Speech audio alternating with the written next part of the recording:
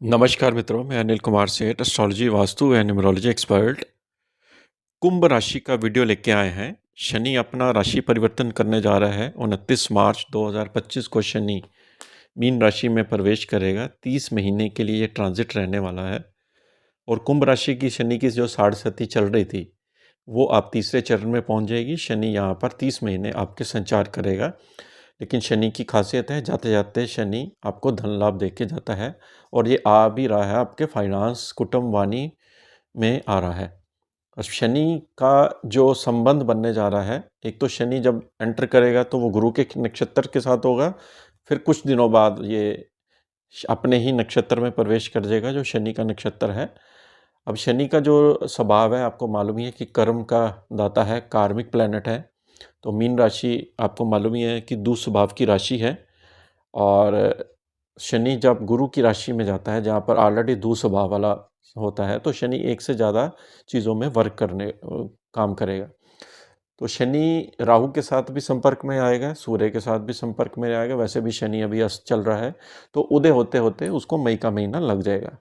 तो जो वर्किंग में आएगा, यानी जैसे जैसे कोई कंपनी में इंटरव्यू होती है, तो इंसान नई कंपनी ज्वाइन करता है तो 6 महीने प्रोबेशन के होते हैं, तो उसमें अपनी परफॉर्मेंस दिखाता है। ऐसे ही ग्रह ही जब अपनी दूसरी राशि में जाते हैं, तो उनको सेटलमेंट करने के लिए उस प्लैनेट के साथ, उस प्लैनेट के लॉर्ड के साथ सेटलमेंट करने के लिए 6 महीने लग जाते हैं।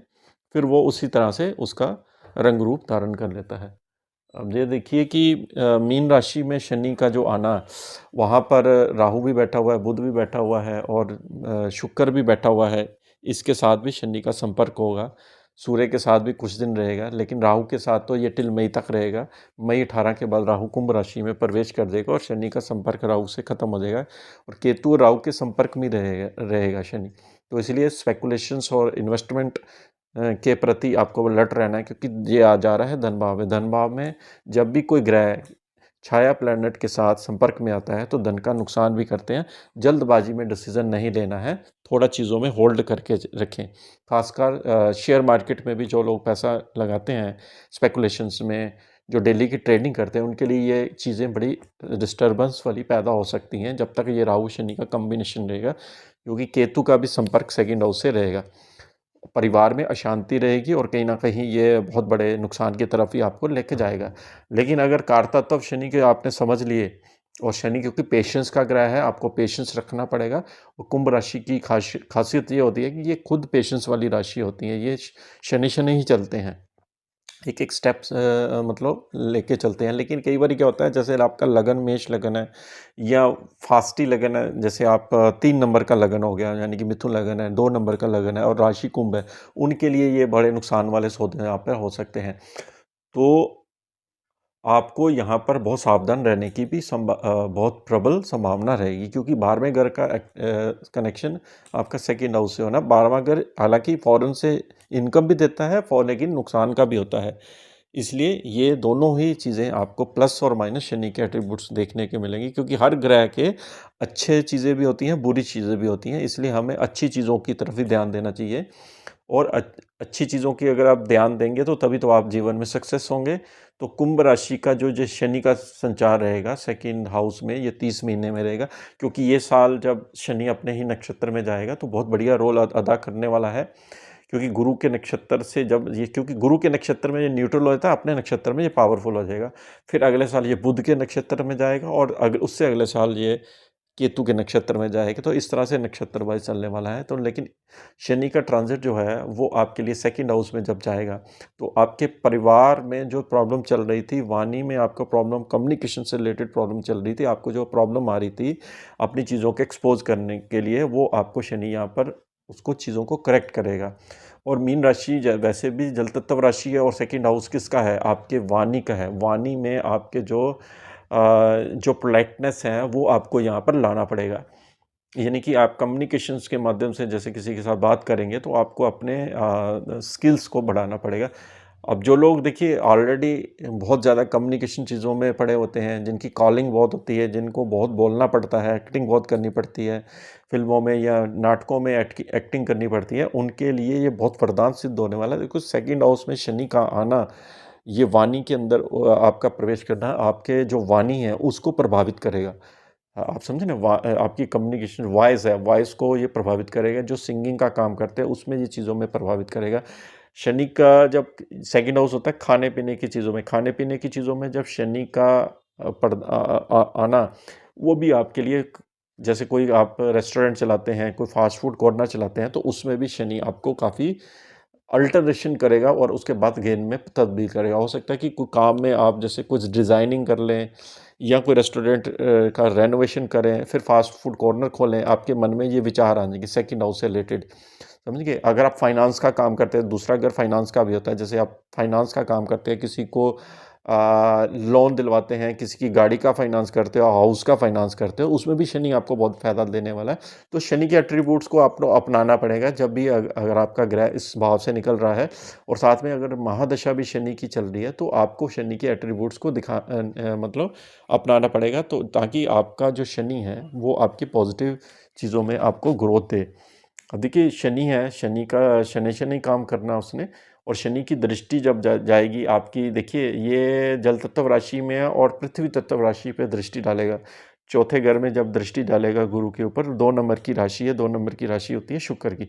शुक्र के ऊपर जब शनि की दृष्टि जाती है तो बहुत चीज़ों में बहुत फ़ायदा देता है। जैसे आपको नई गाड़ी का योग मिलेगा, नए मकान का योग मिलेगा। और चौथा घर आपका पब्लिक का भी होता है, पब्लिक से सपोर्ट मिलेगी, आपकी रेटिंग बढ़ेगी मार्केट में, यानी कि आपका रुतबा बढ़ेगा। और चौथे घर होता है आपकी फैमिली का टुगेदर होना है। जैसे आप फैमिली के साथ टुगेदर में खाना खाते हैं, और फैमिली बिखरी होती है तो इकट्ठे हो जाते हैं एक जगह, तो वो भी चौथा घर से ही देखा जाता है कि मतलब टोटल फैमिली का घर भी चौथे घर से देखा जाता है। आपके मकान का भी देखा जाता है। वहाँ गुरु पे ऊपर इसकी कुछ दिन दृष्टि रहेगी, फिर गुरु वहाँ से हट जाएगा, और गुरु 14 मई को अपनी मिथुन राशि में जा रहा है, तो कुछ दिन उसके साथ संपर्क भी रहेगा। लेकिन अब ये वैसे भी मतलब इसका कोई नुकसान नहीं है, क्योंकि शनि ऑलरेडी पावर में नहीं आएगा मई में, तो तब तक गुरु भी हट जाएगा। यानी कि चौथे घर में बहुत अच्छी चीज़ें फ़ायदा देने वाला है। जैसे आप कोई भूमि लेना चाहते थे, उसको एक्सपेंड करना चाहते थे, उसके ऊपर आप अपना एक सेकंड हाउस बनाना चाहते थे, तो आप जैसे कईयों के मन में होता है ना कि ऐसी जगह डेस्टिनेशन प्लेस में जाए तो हम एक बड़ा फार्म हाउस लेके अपना विला बनाएं, छुट्टियां स्पेंड करें, वो भी शनि यहाँ पर आपको देने वाला है।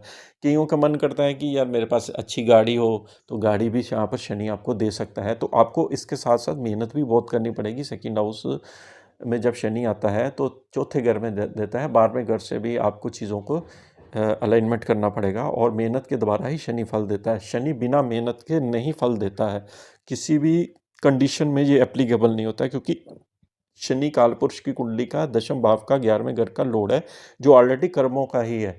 जितनी भी वर्किंग संसार में होती है वो शनि के द्वारा ही होती है।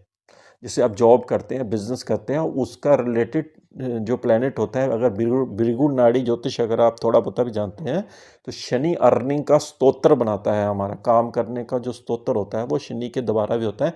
बाकी ग्रह उसके साथ सबॉर्डिनेट बनकर उसको और ज़्यादा पावर देके आपको फायदा बल देते हैं चीज़ों में। ठीक है? अब जैसे आप किसी कंसल्टेंसी का काम करते हैं, कंसल्टेंसी का काम भी बहुत शनि यहाँ पर लाभ देने वाला है। दूसरा घर होता है कंसल्टेंसी प्रोवाइड करना। किसी भी चीज़ की अगर आप कंसल्टेंट हैं, तो आपको यहाँ शनि बहुत अच्छे रिजल्ट देने वाला है। अब देखिए इसकी दृष्टि जो जाएगी फिर सीधी 8वें घर पर जाएगी, और केतु और शनि का भी संबंध 18 मई तक रहने वाला है। उसके बाद केतु सिंह राशि में आ जाएगा, राहु केतु का संपर्क टूट जाएगा, और शनि की सिर्फ सिंगल दृष्टि आपकी 8वें घर पर जाएगी। बहुत ही अच्छी दृष्टि मानी जाती है ये कन्या राशि पे। ये फिर पृथ्वी तत्व राशि पर जाएगी। पृथ्वी तत्व राशि पर जब शनि की जाती है दृष्टि, तो आपको एग्रीकल्चर फार्मिंग से बहुत फ़ायदा लाभ मिलता है। और दूसरी चीज़, कन्या राशि ट्रेड की भी राशि है, व्यापार की राशि है, टेक्नोलॉजी की राशि है, कम्युनिकेशंस की राशि है। आपको यहाँ पर बहुत अच्छे बेनिफिट्स देखने को मिलेंगे। अकल्ट में अगर आप जाना चाह रहे थे, या आपके ऑलरेडी प्लेटफॉर्म बना हुआ है, तो आपको यहाँ पर भी शनि बहुत अच्छे अच्छे रिजल्ट देगा। आप नई नई चीज़ें सीखोगे। 8वां घर होता है अकल्ट स्टडीज़ का, रिसर्च वर्क का, टेक्नोलॉजी का, प्रोडक्शन हाउस का होता है। 8वां घर होता है बेसमेंट के नीचे आप काम करते हैं, उसका भी आपका 8वां घर होता है। जैसे आपका अगर 10 नंबर के साथ 8वां घर जुड़ जाए तो 10 नंबर होता है प्रोफेशन का, 8 नंबर होता है बेसमेंट का। अगर आप अपना ऑफिस बेसमेंट में रखें तो आपको शनि बहुत अच्छे रिजल्ट यहाँ पर दे सकता है। ये सारी चीज़ें जो होती हैं केपी एस्ट्रोलॉजी में हम लोग बताते हैं जब हम किसी की कैलकुलेशन करते हैं कि आपका कौन से जगह पे फर्स्ट फ्लोर पे काम करना है या बेसमेंट में करना है, या आपको प्रोडक्शन हाउस खोलना है या प्रोडक्शन मैनेजर बनना है या फैक्ट्री खोलना है। ये सारी चीज़ें आपकी पर्सनल हॉरोस्कोप के द्वारा ही निकलती है। इसी तरह से शनि की दृष्टि आपकी सीधी 11वें घर पर जा रही है, वो भी धनु राशि में, वो भी ड्यूल नेचर की राशि है। देखिए 3 राशियां जो शनि की जो 2 राशियां शनि की नेचर में आ रही हैं वो ड्यूल नेचर की साइन में आ रही है। एक तो बैठा भी ड्यूल नेचर की साइन में, द्वि स्वभाव वाली राशियां होती हैं, और इनकी 2 दृष्टियां जो पड़ रही हैं, एक कन्या राशि धनु राशि, वो भी द्वि स्वभाव वाली राशि में पड़ रही है। द्वि स्वभाव वाली राशियों पर जब शनि की दृष्टि जाती है तो इंसान 2 चीज़ों से काम करके पैसा कमाता है। 11वें घर इच्छा पूर्ति का है, गुरु की राशि को देखिएगा। आप एक से ज़्यादा काम करके अपनी अर्निंग को बढ़ाने वाले हैं। तो काम करोगे तो अर्निंग बढ़ेगा। अब जैसे आपने बोल तो दिया